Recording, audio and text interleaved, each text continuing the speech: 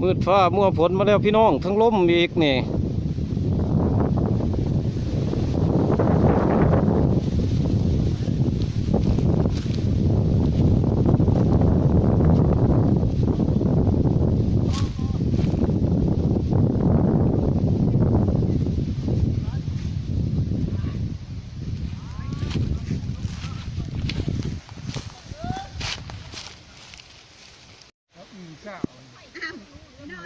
ต่อยลงเลย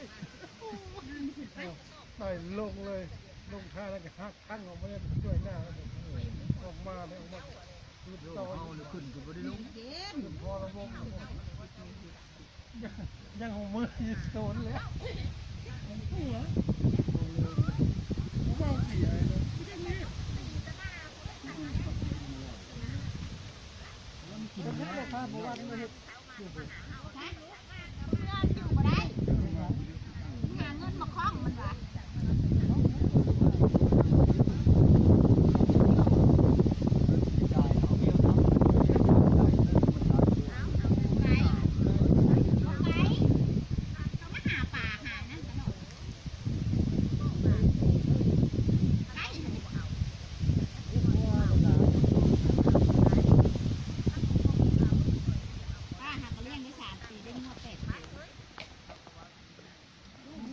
ไม่ได้ให้ป้าเลี้ยงให้ทุกคน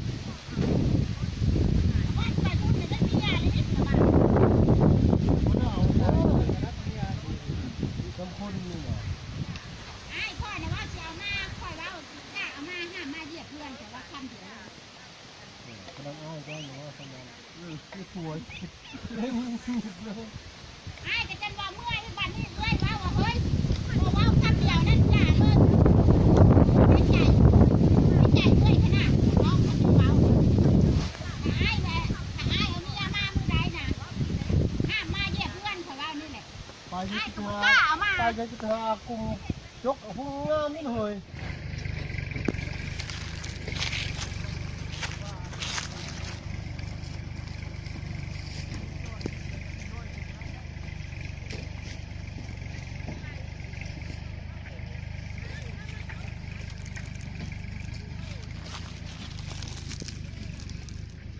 ต้นผักหวานปลาในปลายางพี่น้อง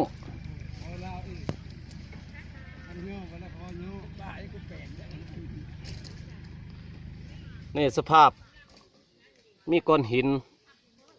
รอบ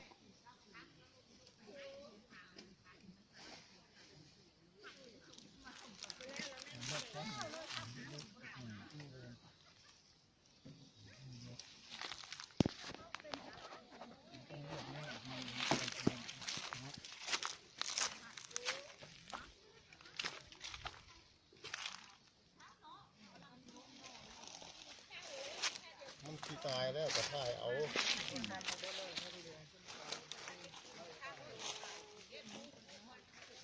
แต่ว่าไปเลยจังหวะมีจุดไล่ทำเงินเป็นร้านแทนทั้งแสนให้พี่น้องหันไปปลูกหรือนะครับ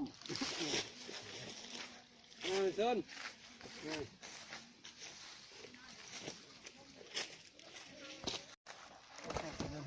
แล้ววานใบโอ้ยใบเก๋โอ้น้ำสุดยอดเลยบริลิมันอาทิตย์ตะโคกเพื่อนจะหายใบเพื่อทำทาสีได้